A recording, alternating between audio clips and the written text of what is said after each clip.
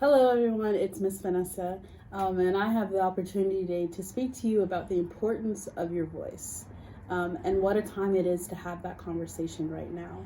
How do we make sure that our voice is heard? How do we make sure that our message is heard in the midst of a time where there's so many voices being projected, in the midst of where there's so much going on? And I wanted to kind of help lay out some pinpoints, if you will, that might guide you through that process of making sure that your voice is heard. So the first one is the message and the audience. It's really, really important to understand your audience, the age of the audience, where you're going to speak at the audience too. Now, the message is not necessarily going to change, but how you relay that message will change. For example, if I'm speaking to a group of elementary students, I'm going to speak a little differently, or I'm going to present differently than if I'm speaking to a group of high school students versus college students or even adults. So understanding our audience can really determine and should determine how we speak, the language we use, the activities that we have, and then our visual as well. And then the message. The message is so important. We can look at the message as the topic. What are we talking about? When are we talking about it? And why are we talking about it? These are questions that you need to ask yourself before you start to sit down and write your message that you want to share. Another thing that we can talk about is the goal. What is your goal at the end of the speech, at the end of the poem that you're doing, at the end of the message that you're sending, at the end of the talk? What do you want the audience to leave thinking? Is there going to be some sort of call of action at the end of it? Do you want them to understand where you're coming from? Do you want them to understand your story? Do you want them to feel inspired to do something, to make change, to go out and be an advocate or to be a voice? What do you hope that your message is? The next thing that we can talk about is passion. Everybody is passionate about something, but it's important to implement that passion when you're speaking. Make sure that your audience understands that you are here to send a message, that you care about the message you're sending, and that your voice needs to be heard, and it's important when speaking on this message. I sometimes joke when I write speeches or when I go and I present, I have two goals. The first goal is to make the audience cry, and the second goal is to make the audience laugh.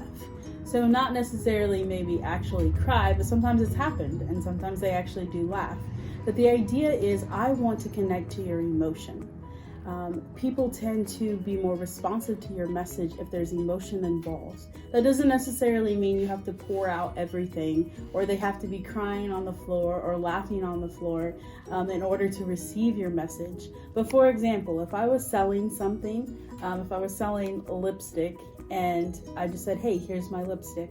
But then if I said, hey, I'm selling lipstick, and I gave you the message behind it, I gave you what inspired me to start this, what the challenges that I have faced as I tried to create this lipstick, then people are more likely to connect to that story, connect to the passion, whatever your passion may be. Everybody has a story. Everybody has a reason to why we think or why we do the things that we do today. And everybody's story is different. And if I were to start telling my story versus somebody else's story, or if somebody started to tell my story, I would know that that was my story. Meaning, no one can take your story away. And be proud of where you came from. Be proud of who you are, and be proud of what you have accomplished and what you've gone through, because that helps define your story, and that creates your passion. And our ups and our downs and our challenges within life can really help us focus on the areas that we become passionate about, or the areas that we see we need to advocate for. Then the next thing is facts. So passion is awesome. Passion is what gets the boat moving, but facts are what make things stay. So don't be afraid to throw in statistics. Do your research. If you know your topic and you know that you're presenting to your audience and you know you're passionate about it, do your research so that you can go in with statistics, so that if the audience asks you questions, you have facts to back it up. And opinions matter, but when you can attach them to facts, when you can attach them to what is happening, and I guess so to say proof, then it makes it stick. Passion doesn't necessarily outshine facts, but together they create something powerful. Together they say, I'm here for a purpose, I'm here for a reason, and I also know what I'm talking about, so you're going to listen to me. And I think that that's important, whatever topic you're talking about, whether it's accessories, whether it's, the movement, whatever. And last but certainly not least, stay calm.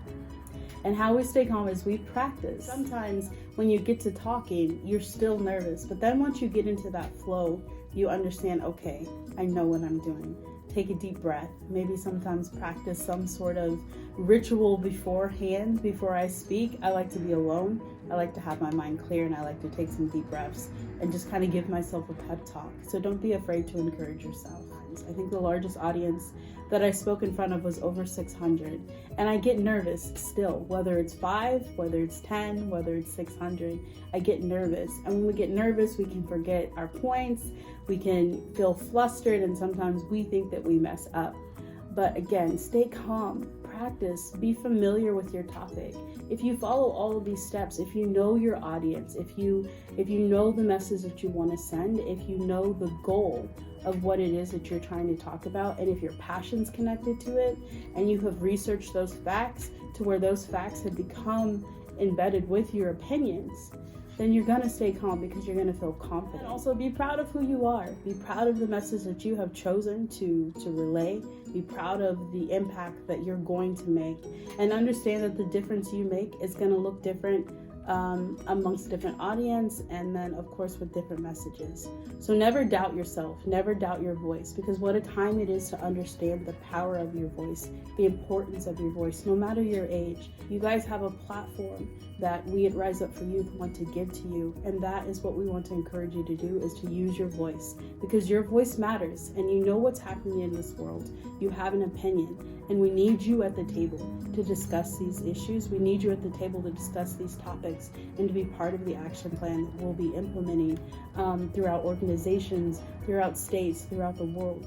We need our youth, and we can't do that without your participation. But you have to understand how important your voice is in the midst of all of this. And that's all I have.